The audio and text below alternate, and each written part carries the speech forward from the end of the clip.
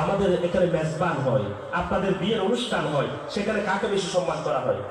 Elite শ্রেণী, টাকা পয়সা আছে, যে চেয়ারম্যান মেম্বার অথবা সমাজের প্রতিপত্তি, ডাক্তার হয়েছে, ইঞ্জিনিয়ার হয়েছে, তাকে একবারে চেয়ার টেবিলের মধ্যে খাবারের উপর খাবার এমনি প্রতিদিন খায়। এরপর আপনার ঘরে আসার পরে তার আরো বেশি মেহমানদারি করা হয়, কিছু অতিরিক্ত আইটেম করা হয় তাদের জন্য। জোরে বলুন ঠিক কিনা? ইসলামের নিষেধ। রাসূল সাল্লাল্লাহু আলাইহি ওয়াসাল্লাম সাহাবাদেরকে নিয়ে যুদ্ধের ময়দানে কোনো দাওয়াতে অংশগ্রহণ করতেন, খাবারের মধ্যে কোনো বৈষম্য ছিল না। এই বৈষম্য দূর করতে হবে। এটা ইসলামের আলোকে সমাজ যদি হয়, নেতা যা খাবে কর্মী তা খাবে।